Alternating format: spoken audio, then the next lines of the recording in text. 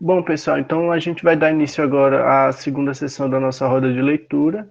Hoje ela vai ser ministrada pela professora Crislane Santana, que é graduada em História pela UFES, possui mestrado em Educação pelo Programa de Pós-Graduação em Educação também da UFES, e participa do grupo de pesquisa História, Educação e Interculturalidade, né, um grupo de pesquisa da universidade, e também é ex-petiana. Atualmente ela desenvolve pesquisa na área do ensino de história e hoje ela vai falar um pouco com a gente sobre a Carolina Maria de Jesus e o livro Quarto de Despejo. Aproveito aqui a oportunidade para agradecer a presença da professora Crislane em nome do PET História. Professora, boa tarde. Prontinho. Boa tarde, gente. Como já foi falado, meu nome é Crislane. Atualmente eu estou trabalhando na universidade como terceirizada e hoje eu estou aqui representando, né, o setor que eu trabalho, que é a assessoria de programas, a ASPROG, junto com o professor Lucas, que a gente inclusive coordena, assessora bolsas de apoio pedagógico e também os PETs da universidade, né? Então, é um prazer hoje estar participando dessa oficina e também que o PET é assim, não existe a espetiana, né? A gente carrega isso para sempre. E mais maravilhoso ainda estar trabalhando hoje com o PET, mesmo que seja administrativamente. Vamos lá. Queria agradecer essa participação e agradecer também a oportunidade de estar aqui lendo com vocês, Quarta de Despejo, como é importante isso, principalmente isso acontecer no mês de julho, que esse mês de julho é feita uma agenda chamada Julho das Pretas, que é onde essa agenda é mostrada em intelectuais negras, durante todo o mês de julho é trabalhado. Quem tiver interesse, busque mais saber, é importante. Eu não sabia dessa agenda do Julho das Pretas, em decorrência do livro, em decorrência da participação do grupo de pesquisa, o GPEI, com a professora Marisete, é que eu agora estou tendo essa possibilidade de ter essas leituras, de entender mais sobre esse grande universo que por muito tempo foi meio que deixado de lado na academia, e hoje eu tenho a oportunidade, junto com o grupo, de estar fazendo essas leituras decoloniais, de estar lendo intelectuais negras e negros, de estar vendo realmente e me sentindo parte da história através da escrita delas. Dia 25 de julho, comemora o Dia Internacional da Mulher Negra, Afro-Latino-Americana e Caribenha. E o mês de julho é muito importante. No mês de julho a gente teve um aniversariante muito importante para a Sergipe, que é Beatriz Nascimento também, intelectual negra, que precisa muito ser lido. Eu ainda não li, infelizmente, gente, ela é historiadora e ainda não li essa mulher. Mas é assim, a gente sempre tem tempo para ler e nunca é tarde para a gente se deparar com essas leituras e realmente dar esse lugar para essas intelectuais, porque elas têm direito a esse local.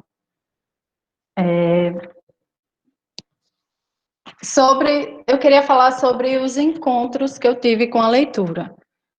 Foram 2 encontros. O primeiro momento, o encontro de quando eu conheci a autora Carolina Maria de Jesus, que foi quando eu fui estudar na URGS durante um mês, pelo Promob, e aí lá, fazendo parte de debates também, começando os debates decoloniais, vendo realmente a luta do movimento negro e indígena de lá de Porto Alegre, numa mesa junto com a diretora do NEABI, da PROEX, que é Rita Camisolão, ela passou uma revista sobre intelectuais negras e pensadoras negras, e aí eu vejo a foto de Carolina, pela primeira vez. Eu fiquei assim, não sei dizer, mas eu fiquei muito feliz, porque me remeteu a uma ancestralidade, que me remeteu à minha avó, e a minha avó é como se ela estivesse representando ali minha avó também.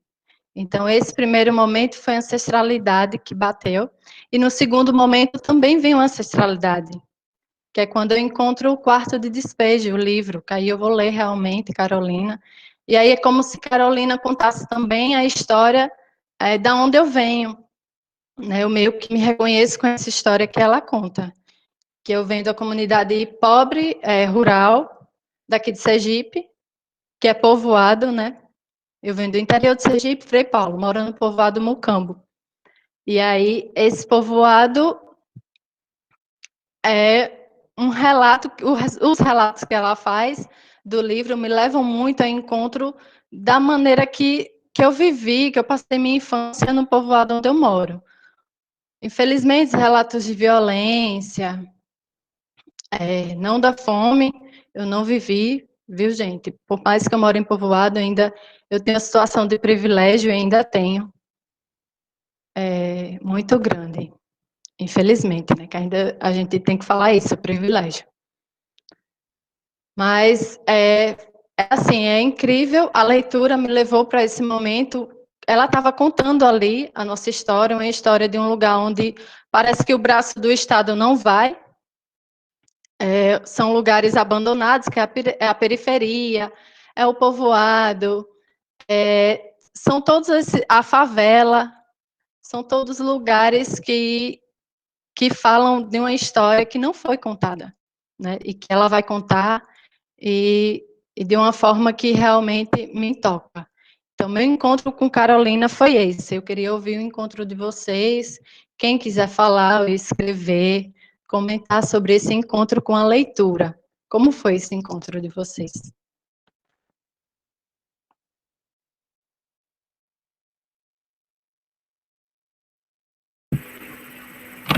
Boa tarde.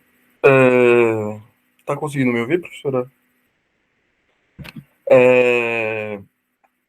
Eu não tinha tido contato com o livro ainda antes da roda de leitura.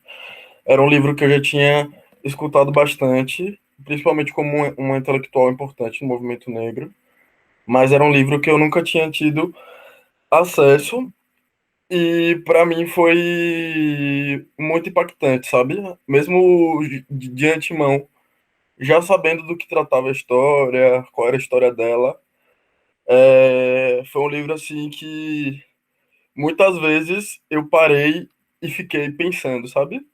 Que é um livro que, se você for pensar em termos literários, ele tem várias pílulas que ela às vezes bota o diário dela em trechos tão pequenos. Às vezes ela resume um dia dela em uma frase e aquela frase fica, você termina o livro e aquela frase ainda tá lá. E hoje, antes do encontro, eu voltei para o meu fichamento do livro, aí comecei a reler, né, e vendo, assim, o poder da fala dela, que é uma pessoa... A Carolina, ela foi uma pessoa extremamente desfavorecida socialmente, mas ela... Claro que, assim, a gente consegue ver na primeira parte do livro, quando tá focado mais em 55, a gente consegue ver um lado mais lúdico dela, ela é uma pessoa mais esperançosa, ela tem um amor pela vida, apesar das adversidades, que é muito bonito também. E você vai vendo a deteriorização dessa esperança, né? Como é que essa esperança ela vai sendo destruída pouco a pouco. Uma coisa que eu achei interessante do livro também é que a Carolina ela é uma personagem muito complexa. Porque a gente, analisando ela hoje, pensando em feminismo, em questões do movimento negro, da noção de classe, ela não é uma resposta fácil a isso. E eu acho que é isso que é mais interessante nela, porque ela tem falas racistas, mas ela, por outro lado, ela se mostra com orgulho de ser negra, ela odeia a favela, mas em determinado momento ela fala: Olha, eu sou do Canindé, você não venha me atacar, não, que eu sou perigosa. Então, ela era uma pessoa muito inteligente, muito sábia, assim, ela sabia muito bem transitar, e ela tinha uma consciência política, assim, que tem gente que está na classe média, que tem educação, que tem acesso, não tem essa empatia. E assim, eu acho que o livro, eu terminei o livro, mas ele ainda não terminou em mim. E acredito que nem quando a gente acabar esse debate aqui, ele vai terminar, porque ele é muito bonito como, mesmo com todos os erros de português, ela conseguiu criar alguma coisa de fato poética, forte, militante. Ela de fato foi um porta-voz daquele espaço. Ela conseguiu, através da literatura, transformar a vida dela. E enquanto não transformava, ela conseguiu trazer um alento, né, para aquela realidade tão dura. Isso é a coisa mais bonita, assim, como ela conseguiu de fato se refugiar na escrita, na leitura. Assim, paguei muito pau para ela. É isso, obrigado.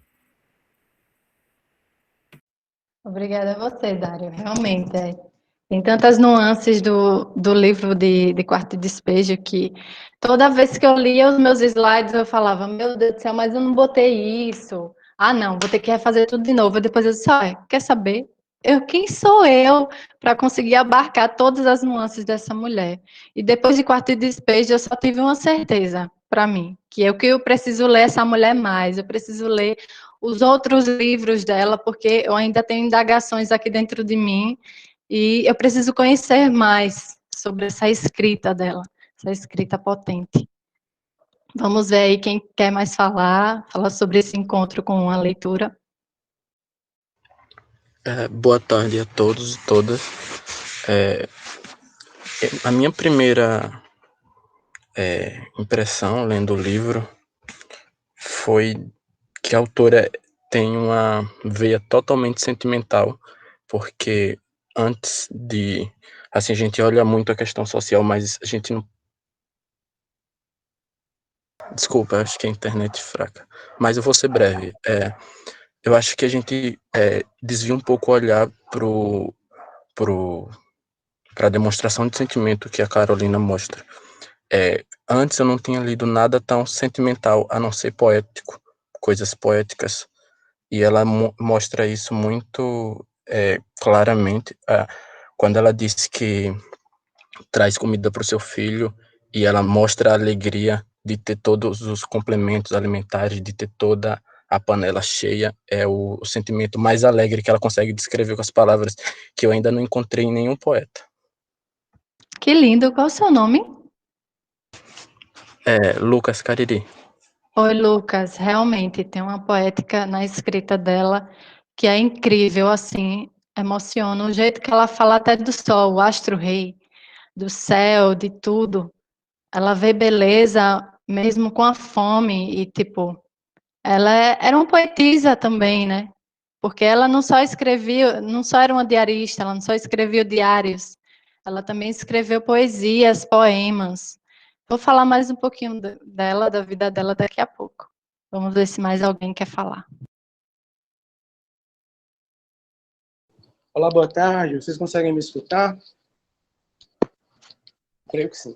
Bem, meu nome é Israel, sou estudante de letras na Unifram e também faço uma pesquisa em filosofia aqui na UF, na Federal do Espírito Santo. A primeira vez que eu tive contato com Carolina foi em 2015, quando eu estava na UEPB, fazendo um curso de extensão, e a professora ela tinha feito doutorado em Carolina e a gente conversava muito, né, sobre o texto dela. Mas foi esse ano, né, foi a partir da roda de leitura que eu pude realmente ler Quarto de Despejo, e para mim foi algo muito marcante, né? E quando a crítica social presente no texto, a grande, assim, o grande escopo de identificação com Carolina durante o texto é muito forte, né? Ela não se coloca como uma personagem de literatura, ela não se coloca como uma personagem de mundo ficcional. Não, ela é realmente humana, vivendo coisas humanas dentro do país, do Brasil. Então, assim, literatura nacional para mim hoje foi um choque de realidade muito grande, porque eu não estava mais imaginando o Porto em Portugal, eu não estava mais imaginando outras realidades. Não, eu estava vivendo com Carolina dentro da favela em São Paulo. Então foi um choque muito, muito forte de realidade, né? Foi vivenciar esse fenômeno, né? eu estava desenvolvendo pesquisa em literatura, então, assim, Carolina me deu muitas estigas, né? Foram muitos gatilhos, até cheguei a escrever um texto sobre ela. Mas, enfim, para dizer que foi uma experiência muito gostosa e que, pense, como o colega falou antes, eu acho que eu terminei o texto, mas o texto não terminou de passar por mim. Ainda tem muita coisa que Carolina pode gerar em relação à crítica social, em relação a estudo de lexicografia, por causa da variação que ela usa nos seus textos, né? Eu não identifico como erro de língua portuguesa, mas como uma apropriação. Então, assim, é muita coisa. Carolina é muita informação, pouco tempo, muita cultura, e eu só tenho a agradecer pela oportunidade que foi me dada, né, de ler Carolina, de poder, assim, conversar sobre Carolina. Ai, que bom, Israel. Seja bem-vindo aqui, viu? No grupo da gente. E é incrível porque, assim, o que eu pude pesquisar sobre a autora, eu encontrei mais em sites de letras, né? Da área de letras. Então, foi a área que eu vi mais, que falavam e tinham mais estudos sobre Carolina. Alguém mais quer falar, gente? Não querem? Então tá, então vamos começar a apresentação. Se puderem abrir aí o slide, eu agradeço, gente. Vamos lá. Essa é Carolina Maria de Jesus, com seu livro Quarto de Despejo.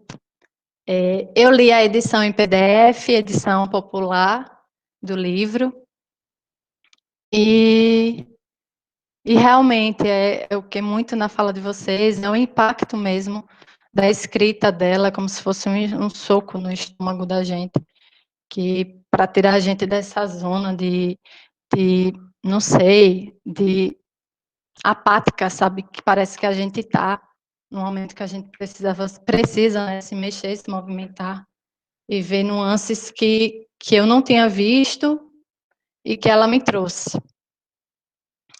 Carolina de Jesus, ela nasceu dia 14 de março, em 1914, lá em Sacramento, Minas Gerais. Ela viveu com a mãe, que trabalhava na zona rural e aí migrou para a cidade, em Sacramento. E lá ela viveu também junto com seu avô materno, que é o Benedito José, que foi filho de escravos e beneficiado pela lei do ventre livre. E ele pertencia à etnia cabinda. Essa figura do avô de Carolina foi muito importante para ela. Foi com o avô que ela pega influências dele, e mesmo sendo o avô dela era analfabeto, mas ele tinha, e ela dizia isso, que ele tinha uma grande sabedoria e respeito por todos. Carolina, ela estudou 2 anos numa escola espírita, e essa escola era financiada, a mãe trabalhava, a patroa da mãe de Carolina era quem pagava os estudos dela nessa escola. Carolina ficou lá por 2 anos. Carolina chega a São Paulo em 1937. Mas pelo que eu encontrei em outros sites, porque assim, tem muita informação, gente, sobre a autora, e muitas vezes eu vi informações contraditórias. Num site dava informação, no outro dava outra, e aí a gente vai tentando complementar e tentando encaixar essas peças, né? Carolina, ela vai uma vez para São Paulo, ela e a família vão para São Paulo, e aí depois vão para Franca, e aí depois eles retornam de Franca para Sacramento novamente, e fica até em Sacramento, quando sua mãe falece, morre, e aí ela retorna para São Paulo em 1937, chega em São Paulo, ela vai trabalhar como doméstica. E o que acontecia? Quando Carolina foi trabalhar como doméstica, ela trabalhava na casa de um médico. E aí, nos dias de folga e de finais de semana, ela, em vez de ir para casa, ela ficava para estudar na biblioteca desse médico. Então, ela lia muitos livros. Ela era uma leitora voraz, ela lia muitos livros. Antes mesmo em Sacramento, ela já tinha muitos livros e ela já começava a escrever poemas, né, daquela época. E aí, em 1941, ela já publicava poemas no jornal A Folha. Isso foi antes de Quarto de Despejo, porque Quarto de Despejo só foi publicado em 1960. Então, em 1941, ela já estava publicando os poemas dela, que já estavam sendo... Ela já estava conhecida como uma poetisa negra no jornal, era muito elogiada. Então, ela sempre teve esse empenho de escrever e ser lida. A escrita dela é potente, até hoje. Era e é potente até hoje. Então, já conquistava leitores desde 1941. Depois que ela saiu, né, depois que ela engravidou de Vera Eunice, que é a filha mais nova, aí ela passou a morar na favela do Canidé e deixou a vida de empregada doméstica e passou a catar papel. Então, Carolina teve 3 filhos, João José, José Carlos e Vera Eunice. Tanto que ela começa o diário dela no dia do aniversário de Vera Eunice, que não por um acaso é amanhã, dia 15 de julho, que é quando ela começa a escrever, né, o diário, e Vera Eunice é a companheira, né, sempre está na escrita, os filhos dela, mostra também ela como mãe sozinha, cuidando de 3 filhos, e que conseguia trabalhar, que escrevia, que lia, e que acreditava no que ela escrevia. Ela sentia que no que ela estava escrevendo sobre a vida dela, o que ela via, a realidade que ela via, e que possivelmente na época não saía nos jornais, né? Não fazia parte dos jardins, dos palácios, né? Como ela fala no livro. Pode passar, gente. Mais uma coisa, seu livro foi traduzido em 14 línguas, tá?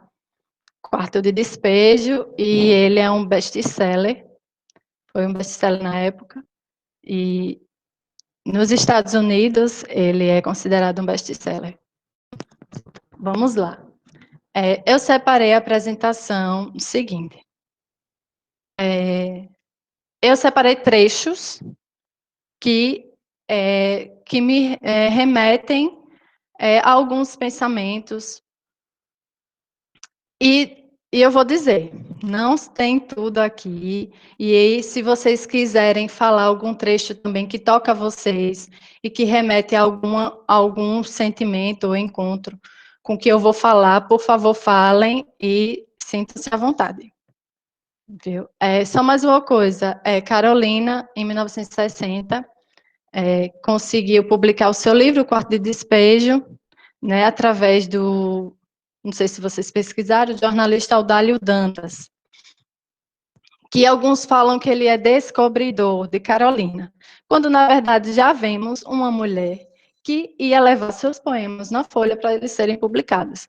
Então, na verdade, Carolina, ela já corria atrás dessa publicação do livro, porque ela já escrevia o diário dela, sabendo que aquilo ia ser publicado, ela queria publicar. Então, Audálio meio que leva uma fama de descobridor, quando, na verdade, ela é quem correu atrás de tudo, e ela mostra isso muito em alguns trechos do livro, dizendo, eu vou mandar para os Estados Unidos a minha cópia para eles lerem. Então, a gente vê que ela realmente está dando os corres dela atrás da publicação do seu livro, e que, infelizmente, alguns dão crédito a Audálio, quando na verdade não é. É de Carolina. A Audálio estava na favela, ia fazer uma reportagem sobre a favela do Canidé, e encontrou Carolina, dizendo que ia colocar umas pessoas que estavam incomodando as crianças no diário. Olha, eu vou colocar o seu nome no meu diário, se você continuar agindo assim. E aí ele perguntou a ela, que diário? Quando ela foi ver, Aí ela foi mostrar para ele os escritos dela, né? Que eram vários, e aí ele pega esses escritos, esses diários, e leva até o jornal O Cruzeiro. Carolina, ela, em 1960, depois da publicação, ela consegue sair da favela, do Canindé, mas a gente vai vendo, aos poucos, como é que se dá isso. Vamos lá. Catadora de Sonhos, escrita sensível, humana e potente. Aqui eu separei um trecho para a gente ver sobre a importância que era a leitura e a escrita para a Carolina. E que, na verdade, para mim, ela é uma crítica, né? Ela é uma crítica, ela faz uma crítica tremenda, social e política. A realidade que ela estava vivendo e outras pessoas também. A importância da leitura e da escrita. O nervoso que eu senti ausentou-se. Aproveitei a minha calma interior para eu ler. Peguei uma revista e sentei no capim, recebendo os raios solar para aquecer-me. Li um conto. Quando iniciei outro, surgiu os filhos pedindo pão.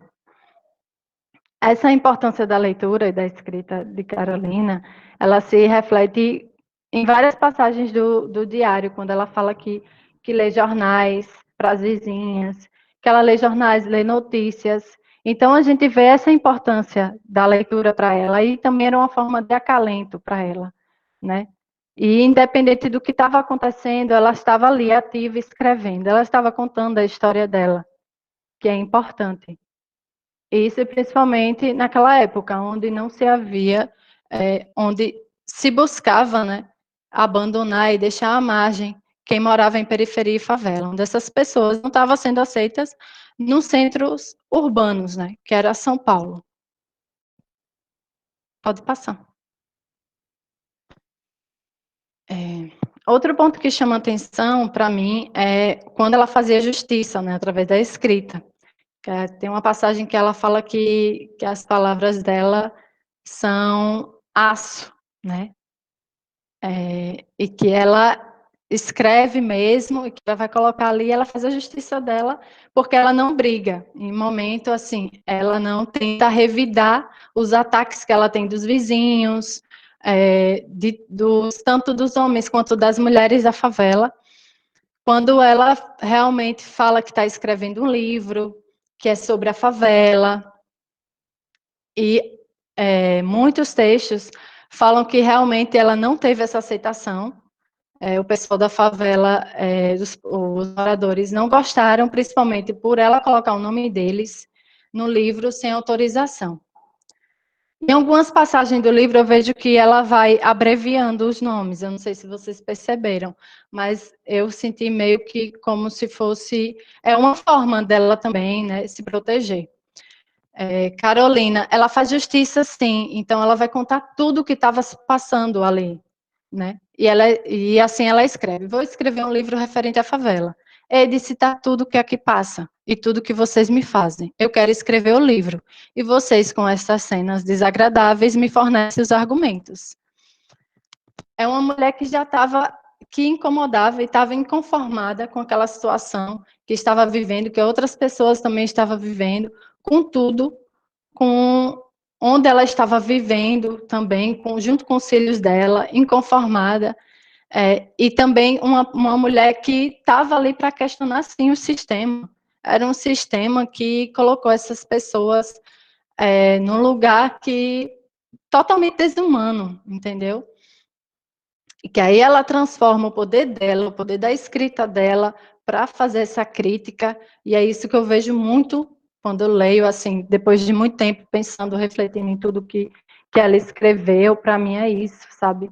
Ela é uma crítica desse sistema que empurrou essas pessoas fora do centro da cidade e não deu o mínimo possível de sobrevivência para essas pessoas. Pode passar.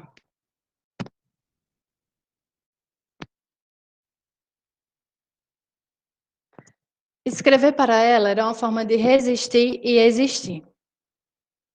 Deixo o leito para escrever. Enquanto escrevo, vou pensando que resido no castelo, cor de ouro que reluz na luz do sol. que as janelas são de prata e as luzes de brilhantes, que a minha vista circula no jardim e eu contemplo as flores de todas as qualidades. É preciso criar este ambiente de fantasia para esquecer que eu estou na favela. Era uma forma de resistir, né, a escrita dela. Ela, quando passava nervoso, ela escrevia no livro, não, eu vou ler, agora eu vou ler. Ela escrevia todos os dias. E aqui eu vejo a poética, né? A poética que Lucas falou, e é o que eu vejo aqui nessa leitura desse trecho, né? Essa poética de Carolina. Pode passar. Consciência política e social. Vamos lá. Eu classifico São Paulo assim: o palácio é a sala de visitas, a prefeitura é a sala de jantar e a cidade é o jardim. E a favela é o quintal, onde jogam os lixos. Eu acho incrível essa alegoria dela, sabe? Como ela traz. E como ela vai falar nesse lugar de protagonismo, que não é falado. E a voz dela ecoa, né?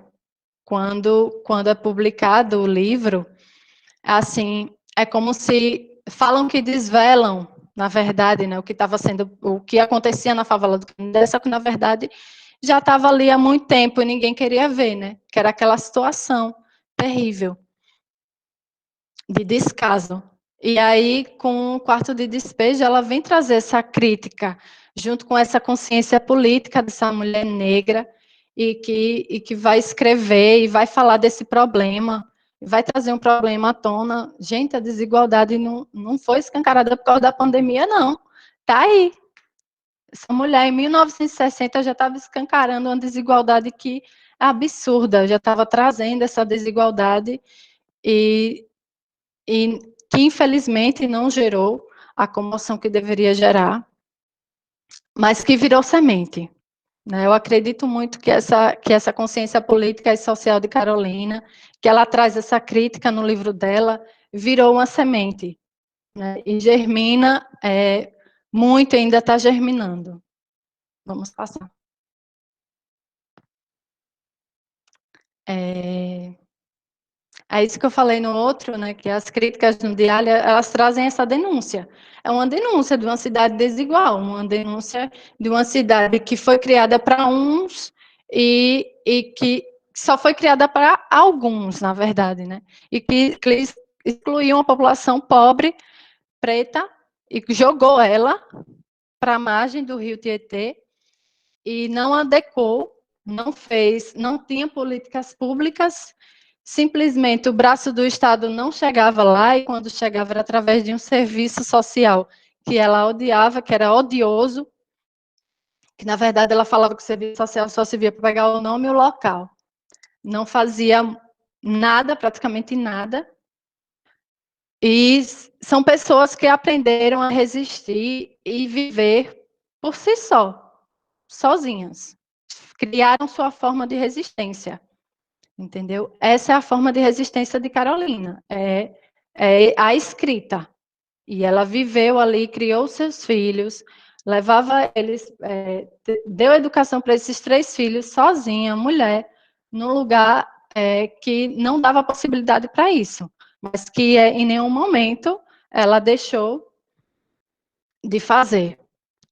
Sim, falaram aqui sobre as eleições, né? Sim, é a denúncia. Sim, de uma época eleitoral que, na verdade, trazia o quê? Ela vai falar sobre o que ainda acontece, né? Me lembra muito também, fazendo uma ligação com o filme Bacurau, né? A gente aqui no interior é isso.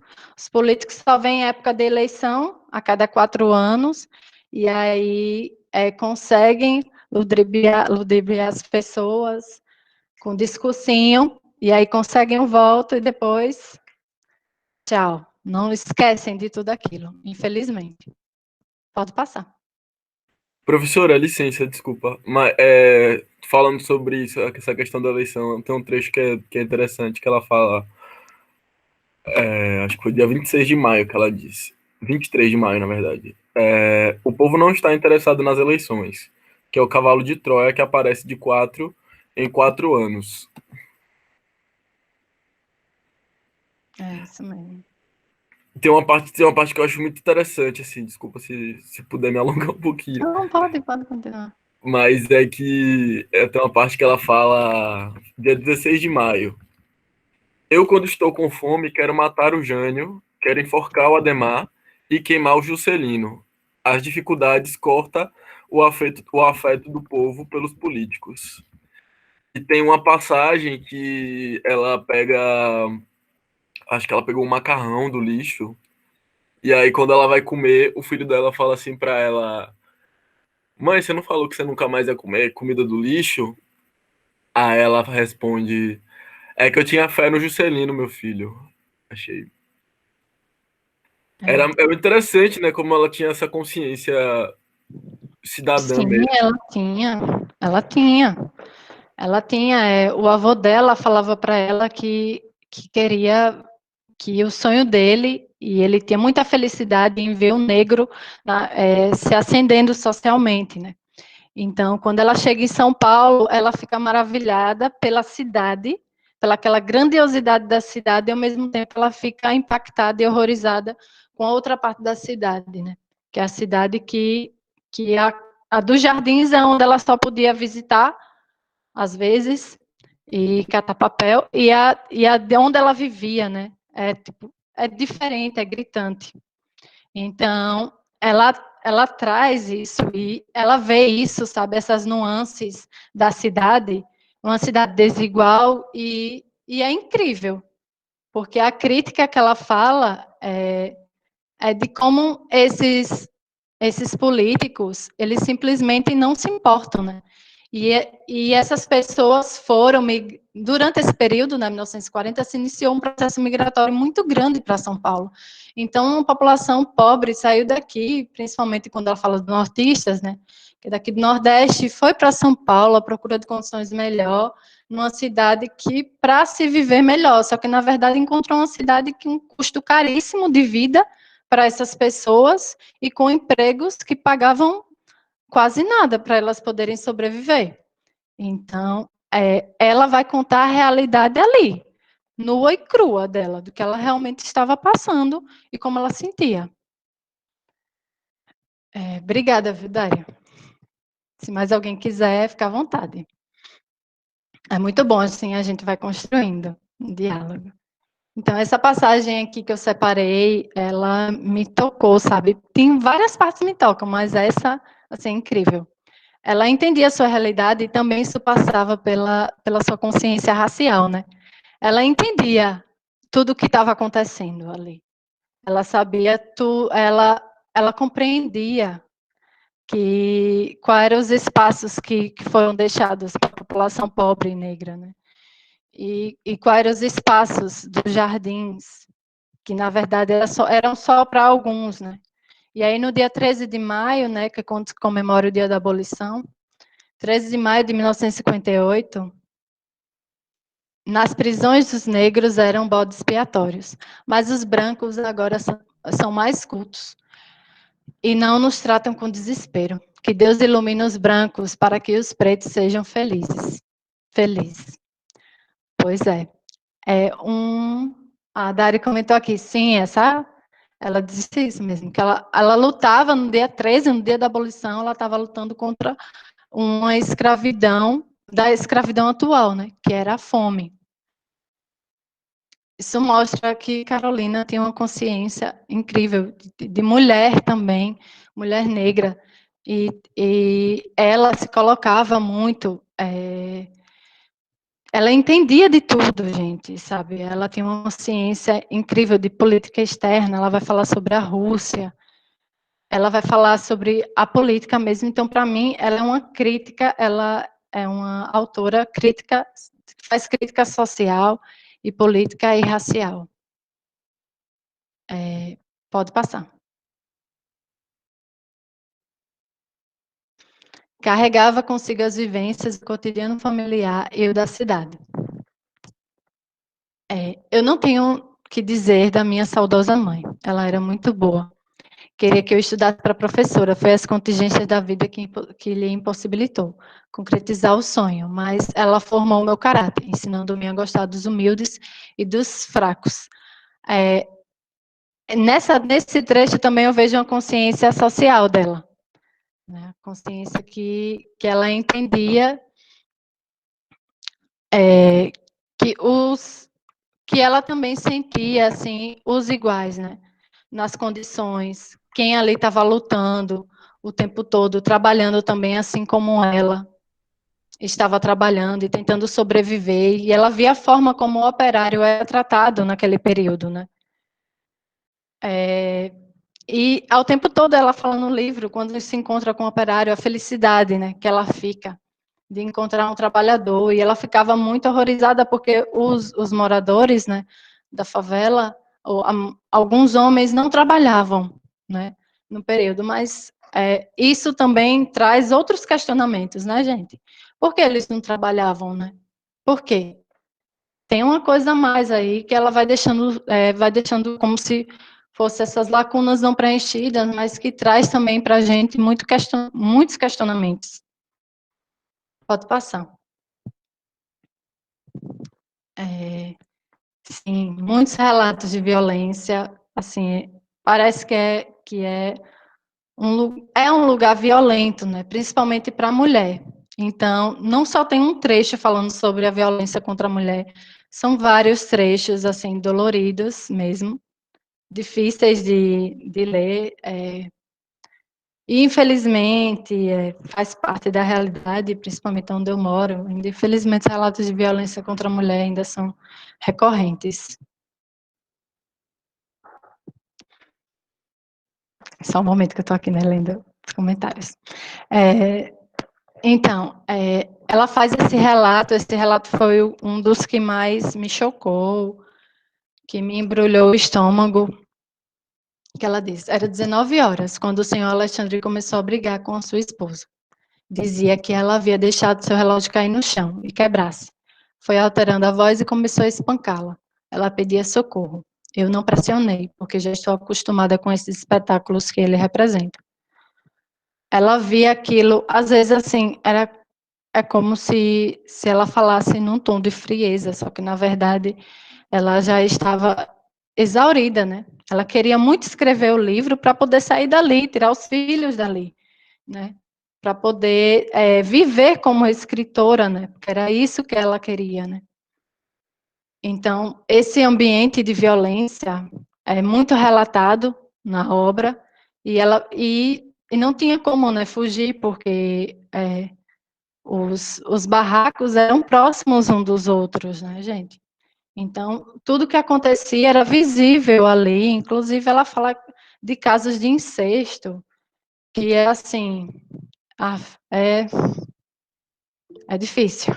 Sim, violência contra as crianças, de como eles não gostavam das crianças, e todo o tempo ela dizia que para as crianças ela tinha o carinho, né? E é lindo demais ela falando isso. Para as crianças eu deixo meu carinho, para os operários também. Pode passar. Professora, licença, sobre essa questão que ai, meu Deus, Isabela colocou, quando eu estava lendo sobre a violência contra as crianças, quando eu estava lendo, eu percebi que sempre ela tinha algum relato de que alguma vizinha chegou e bateu nos filhos dela, ou jogou bosta na cara do filho dela, ou algo desse tipo. E aí eu ficava me perguntando se de fato era uma realidade generalizada daquela comunidade, ou o fato de Carolina ser uma mãe solteira, cuidar dos filhos sozinha, tá sempre fora de casa, isso de certa forma propiciava esse embate sempre das vizinhas com os filhos dela. E já puxando um gancho, uma coisa que a história da Carolina ela exemplifica muito é um conceito que o movimento negro ele trabalha muito forte hoje em dia, que é a questão da solidão da mulher negra, né? E ela viveu isso muito patentemente, todos os três filhos de pais diferentes, Isso. todos os três filhos sem auxílio do pai. Em relação ao pai que aparece, que é o pai da Vera, eu fiquei muito encucado, me questionando quem seria essa pessoa, já que ela não revela a identidade dele. Provavelmente ele era uma pessoa que tinha posse, provavelmente pode ser que ele já fosse casado. É aquela coisa, né? O livro reverbera muito. Ah, sim, muita coisa. Então, Dário, falando sobre a primeira que você falou inicialmente, sobre as crianças, né? Porque os filhos dela, principalmente os filhos dela, né, eram tão agredidos. Então, eu li em alguns artigos que os filhos dela eram agredidos por causa do estigma da mãe solteira, que não queria, ela tinha tomado uma decisão de não se relacionar, de não morar, né, com um homem, ela não queria isso. E também pelo estigma dela ser uma mulher que lia e escrevia, né? Então ela dizia o tempo todo isso, olha, eu estou escrevendo. Então meio que isso gerou ela como se fosse dentro da favela uma força de repelir ela, por ela dizer, olha, eu sei ler, eu sei escrever, eu estou escrevendo, estou contando essa história, estou contando a minha história. E os filhos dela, ela podia acontecer o que fosse, ela não deixava os filhos dela não deixava eles, não, fazia tudo para eles irem para a escola, até mesmo quando eles não tinham nem o que calçar, ela mandava para a escola, porque ela sempre achou e sempre disse que isso foi importante. Então, ela meio que virou uma figura que não se adequava àquele meio da favela, mas também que ela não poderia frequentar a cidade. Então, ela que ficou meio que excluída, Carolina, né, do meio dela, mas também dos dois. Ela está ali tentando ressignificar e tudo isso através da escrita, né? Tem uma autora que fala que a escrita para ela pode ser considerada até como uma cura, né, psicológica, né? A escrita para ela era uma forma que ela conseguia desabafar e colocar todos os sentimentos dela, da realidade e tudo que ela passava ali. E a outra parte que aí vem, né, que é a solidão da mulher negra, que esses slides agora, a partir para o final, eu queria também abordar isso. E a solidão da mulher negra não é só a solidão da mulher que não se relaciona amorosamente, não consegue um companheiro que a respeite, mas também uma mulher que não consegue manter vínculos, entendeu? Porque a Carolina, por ser diferente e ter opiniões tão firmes e tão fortes, era difícil.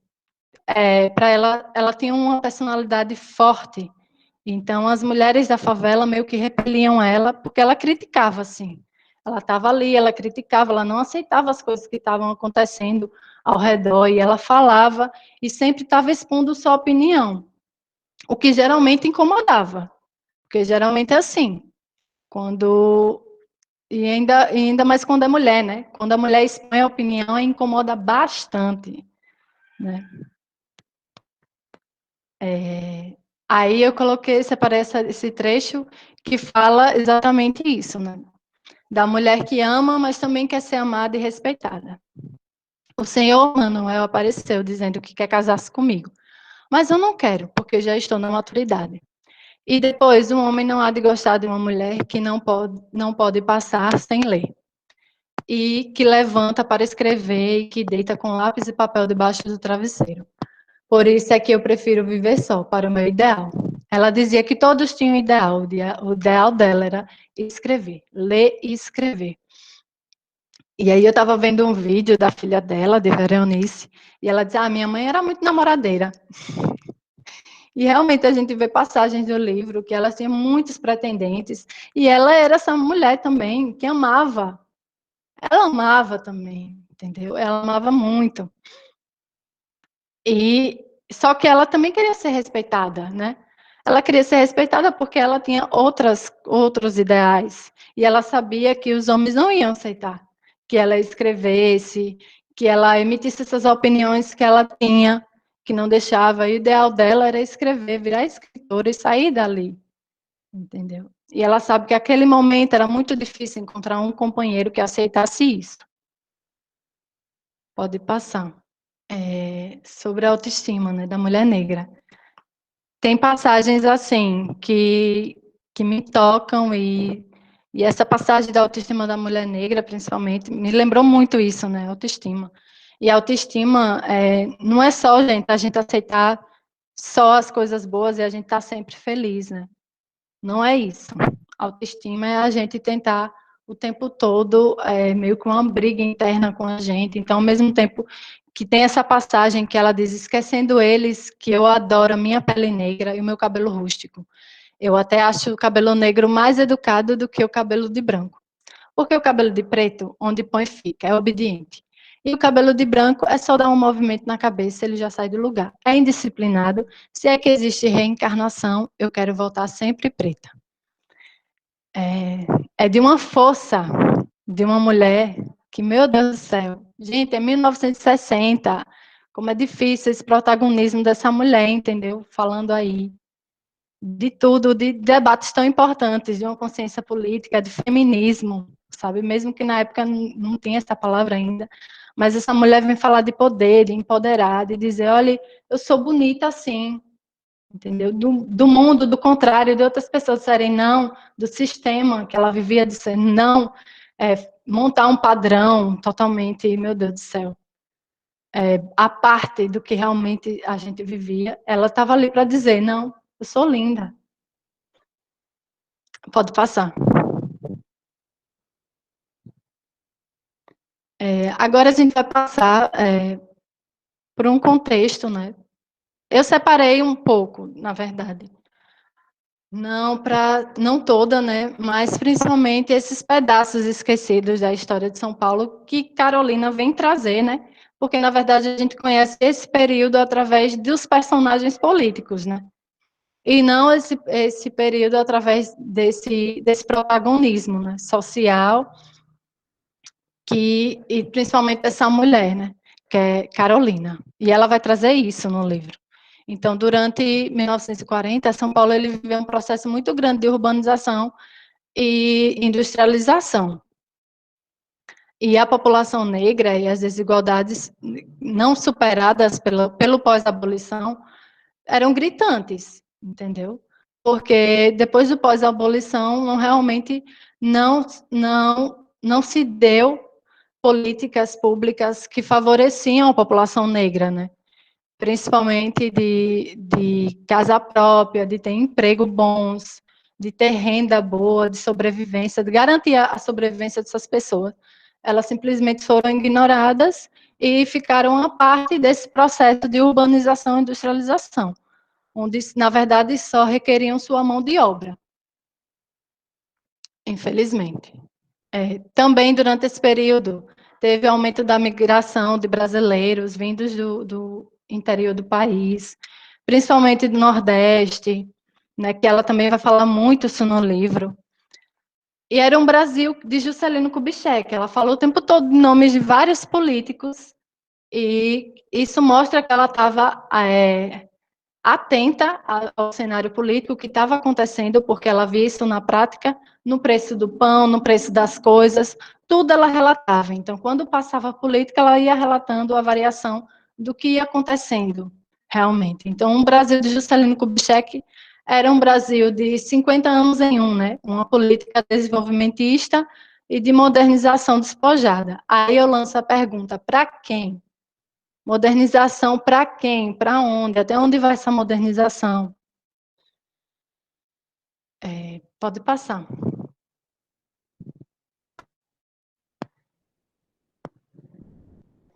As repercussões da obra. Bom, a obra teve repercussão internacional. Foi um best-seller, foi considerado best-seller nos Estados Unidos e na França.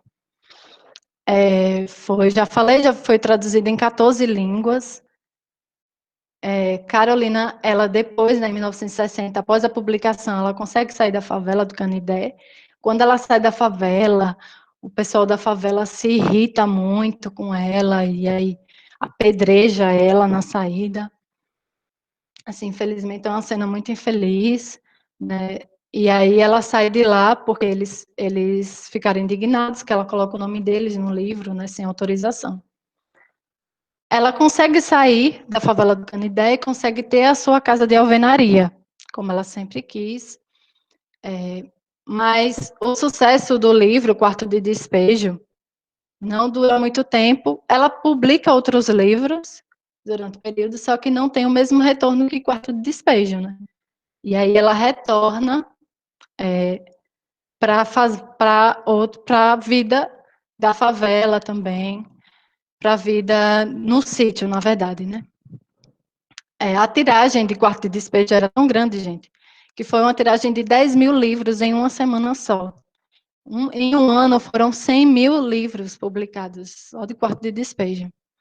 Ela, durante esse tempo, ela também participou do documentário alemão e também teve peças de teatro que relatavam, que falavam sobre ela, né? Eu não coloquei aí, mas também teve a crítica, né? A parte da crítica do livro. A crítica foi muito forte e diziam o tempo todo que ela não tinha escrito aquele livro. Ao mesmo tempo que ficavam chocados com o que tinha no livro, eles diziam que ela não tinha condições de ter escrito aquele livro, que tinha sido um golpe publicitário, quando na verdade sabíamos que não é, né? E aí o autor Manuel Bandeira veio e falou que não tinha como uma pessoa, outra pessoa ter escrito um relato tão real do que estava acontecendo, se não fosse realmente uma moradora ou um morador de lá. Infelizmente, teve que vir, né, um homem branco, hétero, né, para reafirmar que uma mulher, né, tinha escrito, era personagem e que era protagonista daquela história, né, infelizmente. Durante o período da ditadura, seus livros foram censurados. Porque a gente já sabe, né? O povo que tem opinião é para ser calado, né? Não é para ter opinião. Imagina uma mulher, né? Que vivia e falava o que estava acontecendo na favela e denunciava aquilo com crítica. Então, durante o período da ditadura, seus livros foram censurados, mas eles estavam sendo divulgados internacionalmente. Inclusive, o Diário de Bitita, ele foi publicado primeiro na França e depois foi publicado aqui no Brasil. A escritora ainda hoje é mais conhecida e estudada internacionalmente, infelizmente, né?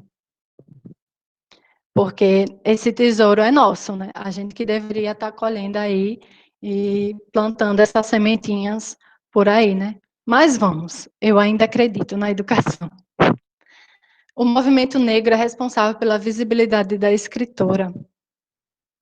E até hoje. Então, durante aquele período, engraçado, porque eu encontrei um artigo que falava sobre as associações, né, de intelectuais negros durante o período da publicação de Quarto de Despejo e como eles ficaram assim felizes pela publicação e tentaram contato com Carolina e conseguiram, fizeram o ano Carolina de Jesus, e quando conseguiram também a cidadania paulistana dela. Foi luta do movimento negro, né, que naquela época não tinha esse nome, era chamado de associações, e eles foram responsáveis, né, por manter, e até hoje também é responsável por manter essa visibilidade dessa intelectual. Pode passar. Aqui tem uma imagem de um recorte, né, de jornal do Estado de São Paulo, que é o ranking de livros, né, os livros no período de 1960, quando foi publicado o Quarto de Despejo, ela estava em primeiro lugar, na frente até de Sartre. Pode passar.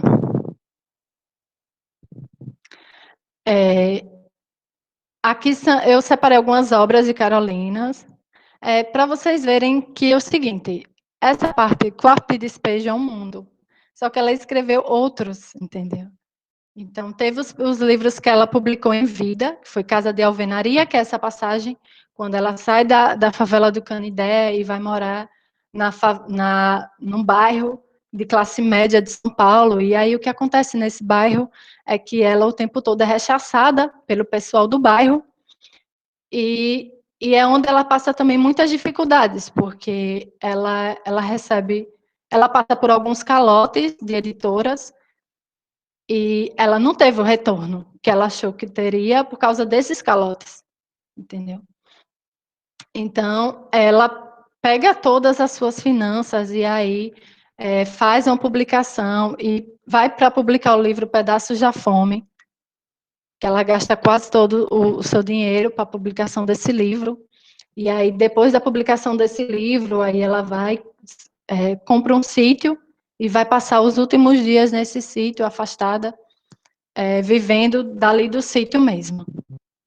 E aí só que ela nunca deixa de escrever. E aí ela vai lançar também Provérbios, em 1963, e já me disseram que é um livro maravilhoso. Não li, tá, gente? Até agora eu só li Quarto de Despejo, mas pretendo, já tenho os livros, pretendo ler o restante. As obras póstumas, tem o Diário de Bitita. Bitita era como ela era chamada na infância, chamavam ela de Bitita. E aí ela escreve o Diário de Bitita em 1977, Um Brasil para Brasileiros, em 1988. 1977 foi o ano da morte dela, né? E eu tenho eu até coloquei no link um vídeo sobre que fala sobre ela, o centenário dela, da TV Nação, que aí Conceição Evaristo fala que em 1977, quando ela morre, ela vai falar sobre como o jeito que ela morre, né? Uma crise asmática, e aí aquela mulher sufoca sozinha naquele sítio. Então, Conceição Evaristo traz assim para a gente a forma como ela morreu, como ela foi sufocada, como ela foi silenciada, como ela foi deixada de lado, quando, na verdade, fala muito dessa solidão da mulher negra, né? Do que ela passou. E mesmo ali no sítio, ela continuava escrevendo, continuava produzindo. Meu Estranho Diário, uma antologia pessoal. Teve também um que não está aí, que é o Sócrates Africano, que é um livro que ela vai escrever sobre o avô dela, pelo que eu percebi, né, das leituras, é onde ela realmente, muita coisa que ela aprendeu dessa consciência, que mexeu com ela, que influencia ela, vem do avô dela, da figura desse avô dela. É um livro que eu quero ler. Onde está a Felicidade, 2014. Meu sonho é escrever contos inéditos e outros escritos, 2018.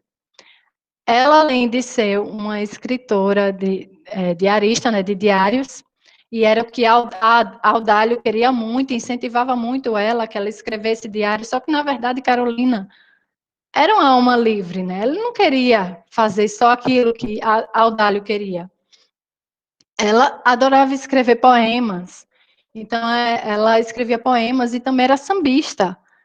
Ela adorava ouvir rádio, e como sambista ela compôs várias músicas, eu acho que foram 9 músicas, e chegou a gravar essas músicas, ela mesma cantando. Tem até um link que eu separei, que é da música mais conhecida, que é O Pobre e o Rico. Então, ela era uma artista, né? Ela era intelectual completa. Muito maravilhosa. Pode passar. Eu separei essa parte do trecho, que é de uma revista, que a professora Vera Rodrigues vai falar o seguinte, sobre as repercussões, e pensando também na repercussão da obra hoje, né? Para a gente.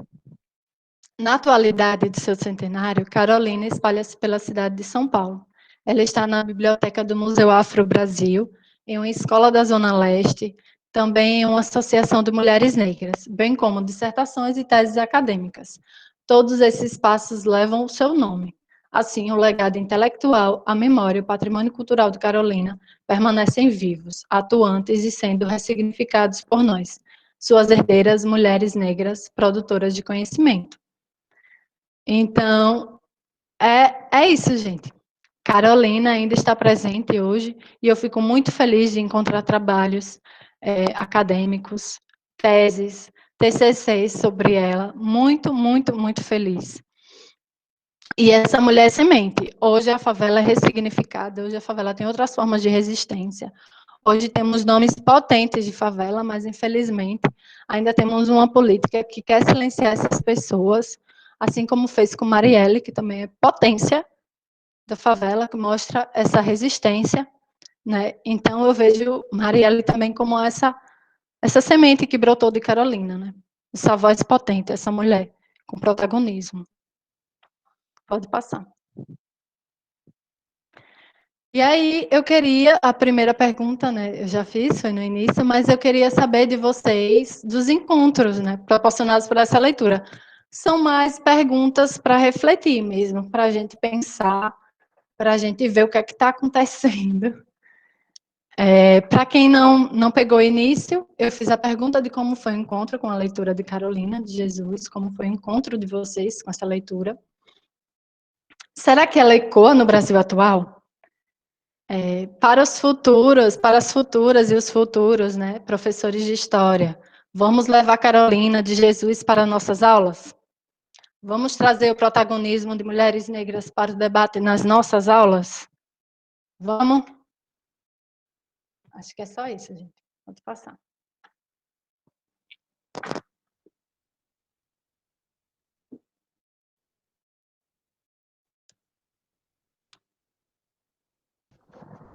Muito obrigado, professora Crislane, pela apresentação. Ao longo da apresentação a gente já teve, né, algumas participações, e agora a gente vai abrir aí para quem quiser, para quem se sentir à vontade, fazer a inscrição no chat para poder debater um pouquinho, conversar um pouquinho sobre as impressões e as perguntas deixadas também pela professora. Sintam-se à vontade. Oi, estão me ouvindo?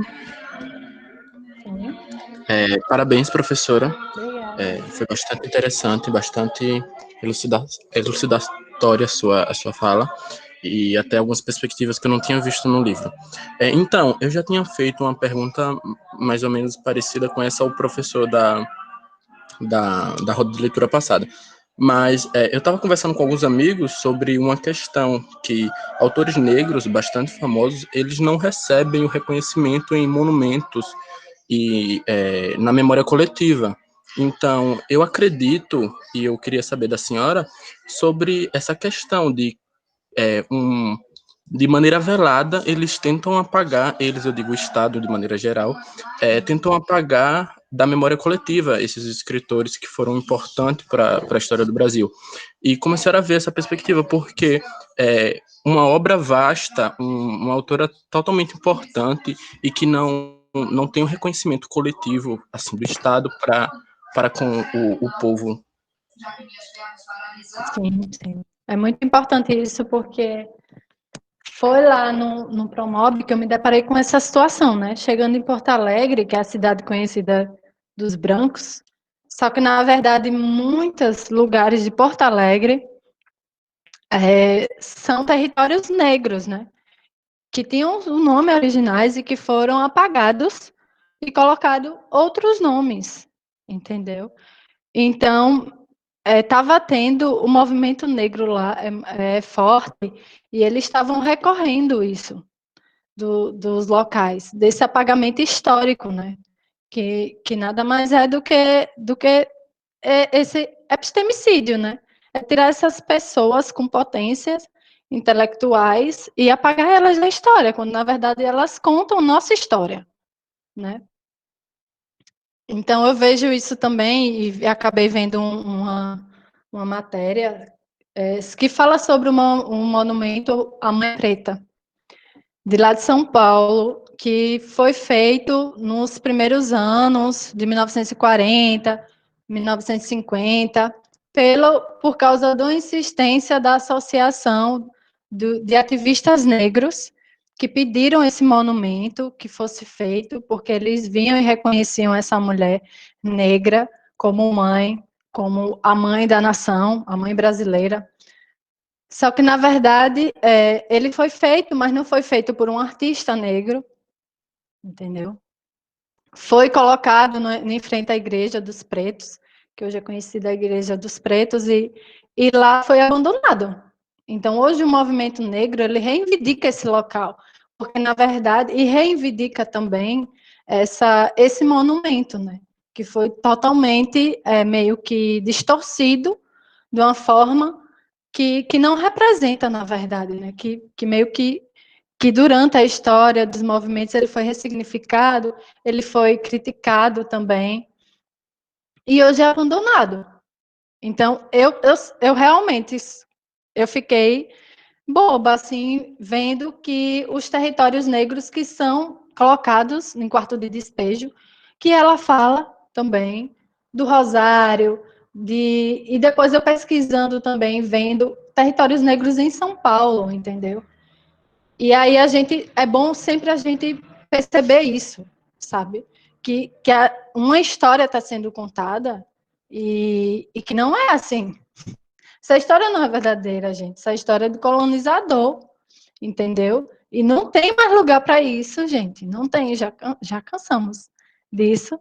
E a história também tem outros participantes. E ela precisa ser contada, entendeu? Essas pessoas, elas precisam contar a nossa história, a história da nossa formação. E é realmente isso, é uma briga, porque ter monumentos negros é uma briga intensa e que, infelizmente, se arrasta até hoje. E o movimento negro é quem está à frente disso, né? Quem vai buscar apoio para suas reivindicações e que está o tempo todo falando e reclamando esse lugar e querendo esse lugar de volta, né? Que é direito da gente também, já que somos que construir também essa história, né? Lucas? Não sei se respondi, eu conheço pouco dos monumentos negros, né? Infelizmente, isso vem de um resquício de uma educação que a gente tem, né? Que é muito colonial, e eu estou tentando agora, com as leituras decoloniais, conhecer mais dessa história, da minha história que não foi contada, né? Dos meus, dessa ancestralidade que não foi contada para a gente na sala, de que também faz parte, né? Que é a nossa história. Dário, queria falar? Então, sobre um dos questionamentos que ficaram no final, eu também tive essa impressão sobre colocar a Carolina nas salas de aula. Eu tive essa impressão quando trabalhar o governo de Juscelino, que é esse governo desenvolvimentista, né, do Brasil do futuro, da modernidade, e mostrar esses paradoxos, né, que persistiram. E é um pouco isso mesmo, perceber, encarnar essa história, né? Tirar o foco dos grandes, dos presidentes, de quem foi ministro, e trazer para a realidade, para o pé no chão, que com certeza é uma realidade que foi próxima a nós que estamos aqui discutindo agora, e com certeza vai ser uma realidade próxima aos nossos Eu alunos. acho que vai ser muito mais próximo do que a gente falar sobre o político tal, o político fulano, a mudança de político. A gente falar sobre realmente o que acontece no nosso dia a dia. Olha, durante esse governo aconteceu isso. A realidade foi essa, entendeu? Então, durante esse outro governo, foi assim que o povo foi tratado. Entendeu? É a gente falar a verdade. Sim, Não total. só uma nuance da história. Aí, eu acho que eu amo, né, a área de ensino de história, as leituras têm mexido muito comigo, têm me tirado muito dessa zona de conforto, sabe? De professora, que eu já não aceitava, né? Tudo que vem do livro didático. E agora, então, acho que está sendo muito bom. E o que a gente tem que pegar de Carolina é isso, a gente tem que ressignificar nossa escritura, a gente tem que ser potente também, porque a nossa escrita é revolucionária também. Sobre essa história, professora, ficou muito no meu pensamento essa ideia sobre recontar uma história do Brasil dessa outra perspectiva, né, que a Carolina ela traz no livro, que é a história do Brasil como uma falsa história do desenvolvimento, né? Por exemplo, eu cresci em São Paulo, na periferia da Zona Leste, e a vida toda eu escuto que São Paulo é a cidade mais rica da América Latina, enfim, todas essas questões sobre uma cidade altamente desenvolvida que nunca foi a realidade que estava ali do meu lado, da realidade das escolas que eu conheci e onde eu estudei e muito menos da realidade que a Carolina passou, né, no livro dela, que e faz pensar muito sobre que história é essa do Brasil, né? A história do Brasil, ela não é só uma história da tentativa do desenvolvimento, né? Ainda que fracassada, ela é uma história também da miséria de muitas pessoas. E aí eu acho que, como você deixa a pergunta no final, a importância de colocar o livro dela, de colocar a história dela dentro da sala de aula também, que ela está muito mais próxima de tantas pessoas, de tantos alunos, né, que, enfim, vão ali para aquela sala de aula, ouvir a história dos 50 anos em 5, enfim, e toda aquela situação que não reflete uma realidade que ainda hoje existe. A história do Anos Dourados. Anos Dourados para quem? Para quem, gente? Entendeu? Eu tive família que saiu daqui do norte para ir buscar a vida lá em São Paulo e foi morar no morro. Sim. Aí, Anos Dourados para quem? Entendeu? É isso que a gente tem que começar a se questionar. Essa história tá muito mal contada. Muito mal contada, realmente. É aquela ideia, né? Para quem é negro e pobre no Brasil, essa situação de miséria sempre existiu. Nunca houve paz, muito menos anos dourados. Não. E também buscar ver que também teve resistência, né? Teve resistência. A Carolina é a prova disso. Ela é resistência. Em meio à miséria, a tudo que jogava ela para o contrário, ela foi resistência. A escrita dela foi resistência, sabe? Eu acho que esse é o maior legado, sabe? O legado desse poder dessa mulher, que é mulher, e a gente sabe disso, como é difícil. Até hoje, infelizmente, imagina naquela época. E ela é mulher, e a escrita dela é potência, gente.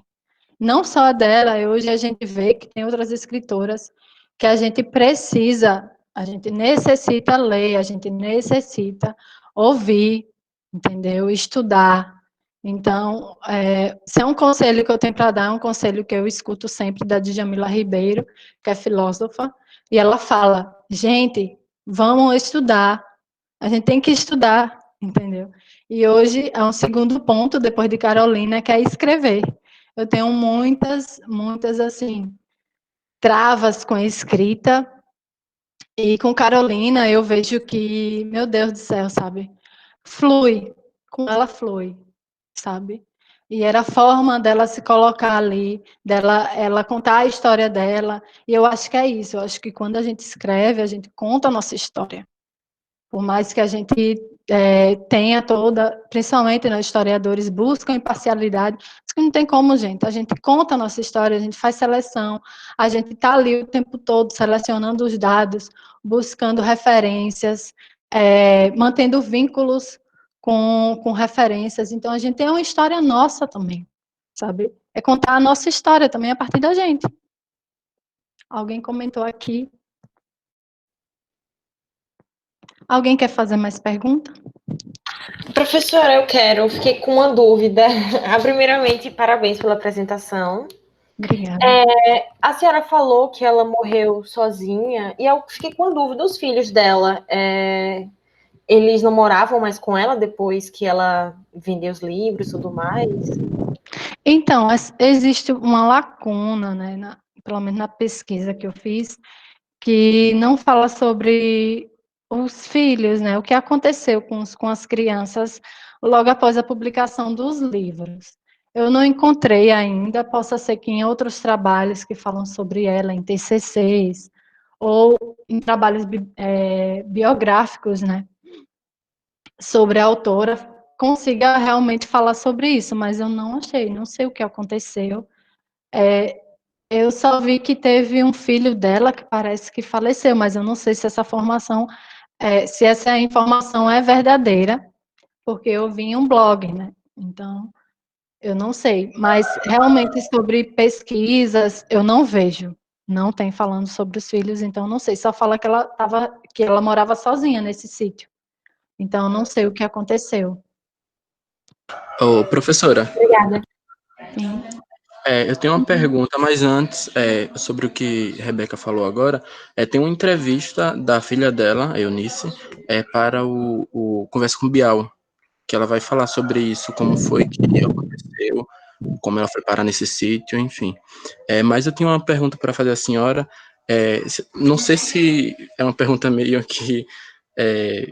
enfim, deixa eu ir direto ao ponto. Como a senhora acredita que, para inverter a situação desses acontecimentos, como o de movimentos negros, para que eles consigam ter esse protagonismo em monumentos, em avenidas, em nome de escola. Exemplo que teve acho que foi em 2016 ou 2017, que tiraram todos os nomes de ditadores de escola. Não sei se, e aconteceu algumas pessoas que chegaram a dizer que não era para tirar. Meu pai, trazendo uma experiência próxima, meu pai ficou, eu estudei nesse colégio, porque agora vai tirar o nome? Meu pai não sabia quem era fulano de tal, eu expliquei a ele ficou horrorizado depois.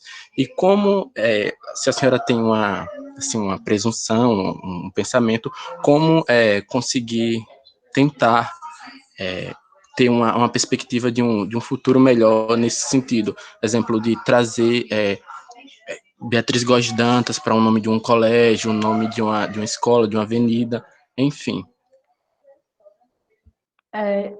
Eu não sei se vocês assistiram a entrevista do professor Silvio Almeida para o Roda Viva, mas para quem não assistiu, por favor, assistam. E aí ele vai falar uma coisa que eu fiquei pensando, e eu acho que Lucas, o que você está indagando, sabe? Quando ele fala que assim, que a gente precisa discutir, porque o discurso é prática, entendeu? Então, quando a gente discute, quando a gente faz isso que a gente está fazendo agora, a gente está colocando em prática, entendeu? A gente está também dando forças para os movimentos sociais, para o movimento negro, entendeu? Eles sozinhos não vão conseguir, entendeu? A gente, no lugar de privilégio, principalmente, eu que me reconheço, não passo por preconceito, uso o meu lugar de privilégio, a gente tem que usar o nosso lugar de privilégio para discutir, para falar sobre isso, e deixar escancarado que essas coisas estão erradas, entendeu? E aí começar um diálogo. Eu acho que a gente fazendo isso, consiga, mas o problema é muito maior, é claro, porque com os estudos decoloniais a gente vai entendendo que o problema ele vem muito antes, entendeu? Então, é um Brasil que carrega muita colonialidade em tudo, que ainda endeusa os patriotas da nação, que são brancos, homens, héteros, entendeu? E que, na verdade, o que fizeram foi causar terror e violência para toda uma população indígena que já estava aqui, e uma população depois que eles escravizaram, né? Então, é muito difícil acabar. Eu acho que a gente tem que discutir e falar realmente, e questionar a colonialidade, colocar e desconstruir ela. E aí, sim, quando desconstruir o debate colonial, trazer essas vozes, esses intelectuais, negras e negros para o debate, porque eles vão contar essa história, e vão contar a história realmente do Brasil, e como ele foi construído. Acho que a gente tem que dar a nossa parte, fazer a nossa parte, principalmente como professores, né, e debater isso com nossos alunos, conversar, instigar esses alunos, tentar pelo menos plantar uma sementinha, né, quem sabe, mas a luta ainda é grande. Mas eu acho que isso que a gente está fazendo é importante. Então, gente, eu coloquei lá, né, a reflexão para pensar sobre trazer Carolina para a sala de aula, e eu li um TCC para essa apresentação, que fala, na verdade, sobre realmente o Camassa, né, que é o professor de história, ele vai montar uma aula de história para o pessoal do EJA, a partir de quarto de despejo. Então, quem quiser, eu coloquei nas referências, e aí vocês podem ir lá, porque a partir dali do que ele escreveu, ele praticamente mastigou, colocou tudo. E ele toca em pontos também muito importantes, e para vocês terem ideia de como também usar isso na prática, né? Como usar o livro na prática na sala de aula. Mais alguém, gente? Vamos lá, o livro é riquíssimo, gente. Professora, não sei se a senhora viu aqui o comentário que Dário colocou sobre uma pesquisa que ele estava. Ai, acho que não. Dário, se você quiser falar, tudo bem também.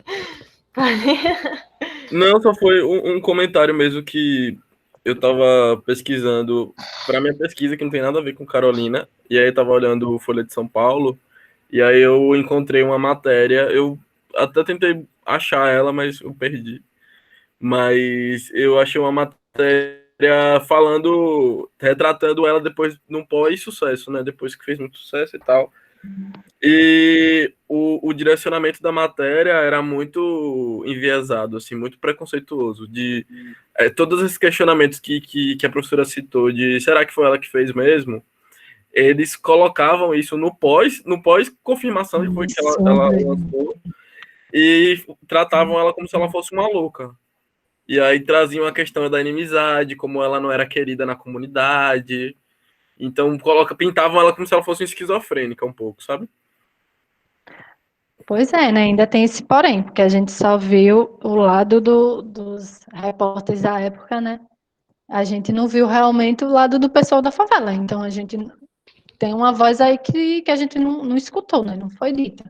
Que realmente o pessoal da favela odiava assim ela, eram todos ou não. E, gente, teve sites que eu abri, eu ficava horrorizada. Teve vídeo que eu vi que disseram que ela acrescentava coisas no livro, no diário dela, que era para poder chamar atenção. Sabe? Isso é horrível, horrível, horrível, horrível. Não tem nem outra palavra para isso. De quanto preconceituoso racista isso é. Absurdo. Desculpa. Tirar o protagonismo, sabe? É isso que eles querem, tirar o mesmo depois protagonismo de da tanto mulher negra. tempo, né? Depois de tantos livros que ela lançou, as pessoas ainda querem desacreditar, né? Do trabalho dela. Assim, é absurdo como aqui, assim, o mundo inteiro, né? As pessoas têm dificuldade em aceitar que uma mulher preta tem talento e que ela consegue sim ficar rica e fazer sucesso com o seu próprio trabalho. Eu estava vendo a entrevista enquanto estava lendo o livro, né? E assim, no segundo livro dela, parece que ela faz uma. Eu não cheguei a ler a Casa de Alvenaria, mas na entrevista falam que ela faz uma crítica à elite branca, né? Que tem essa. Que não quis aceitar, né? Que ela conseguiu fazer sucesso com o próprio trabalho. E esse livro ele não é muito bem recebido. Quer dizer, o primeiro também já não foi recebido por uma boa parte, né? Dos escritores, mas que esse segundo ele também não era muito bem recebido por conta dessa crítica. E até hoje, né? Permanece aí esse tipo de pensamento. Sim, Casa de Alvenaria é um livro que eu estou muito curiosa para ler. Casa de Alvenaria e o Sócrates africano também, quero muito ler eles. E eu também vi, eu ainda não cheguei a ler, e eu vi um comentário eu acho que também foi no vídeo, que ela fala que ela vai criticar, né, como ela foi realmente, como ela foi recebida nesse ambiente, né, como ela, escritora negra, foi recebida nessa sociedade, né, da literatura, de outros autores, porque ela teve contato com outros autores, né, ela conheceu Clarice Lispector durante esse período também. Tem até foto delas juntas, e aí tem um vídeo, eu não sei se vocês já viram, no canal Tempero Drag, que é da Rita, né? E a Rita vai falar o seguinte, porque a gente cita, muita gente no Instagram, né, cita o tempo todo Clarice Lispector, e Clarice Lispector é contemporânea de Carolina de Jesus. E aí, cadê? Não tem, entendeu? As duas são intelectuais, sabe? Só uma é citada. Por quê? Sabe? São esses questionamentos que vão assim, parando, né? É o que, gente? Isso é racismo, gente. Mais alguém?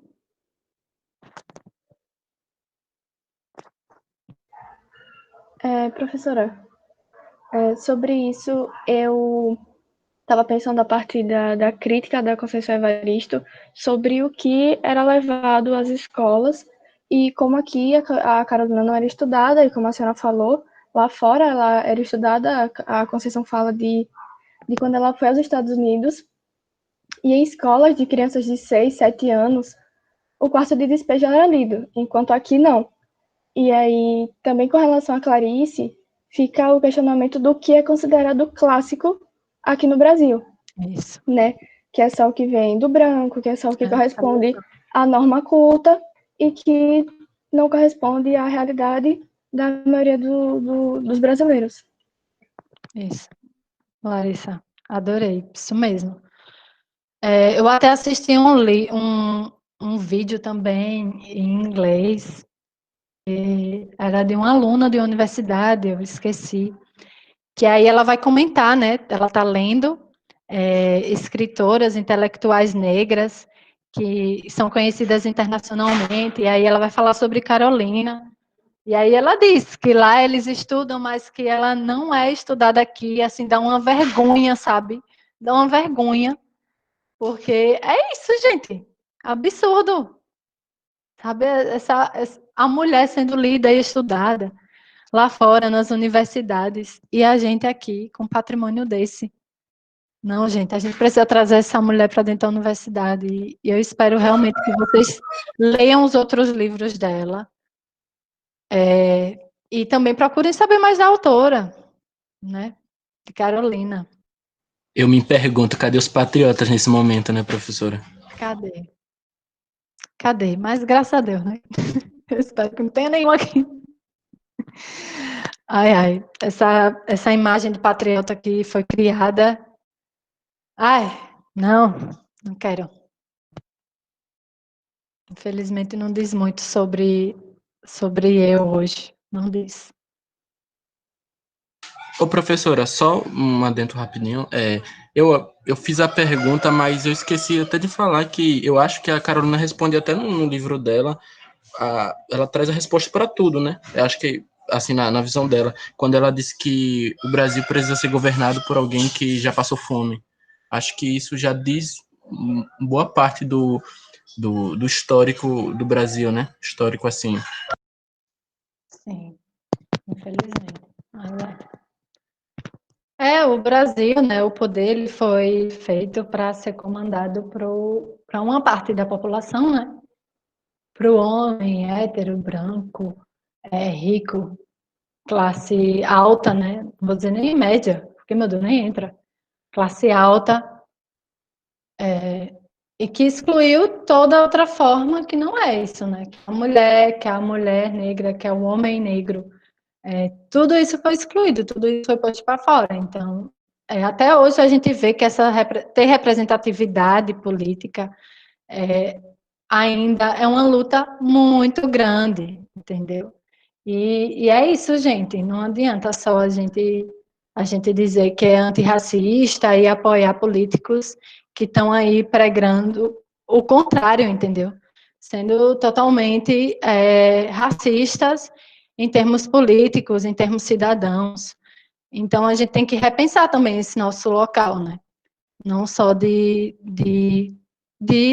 professores, mas também de pessoa, de ser humano, de representatividade, nós mulheres, né, ver isso, ver nossas vozes também sendo representadas.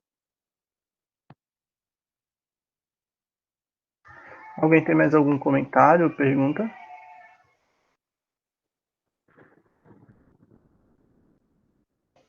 Não?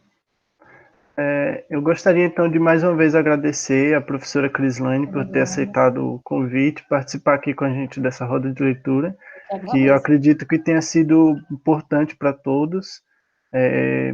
Pet História agradece.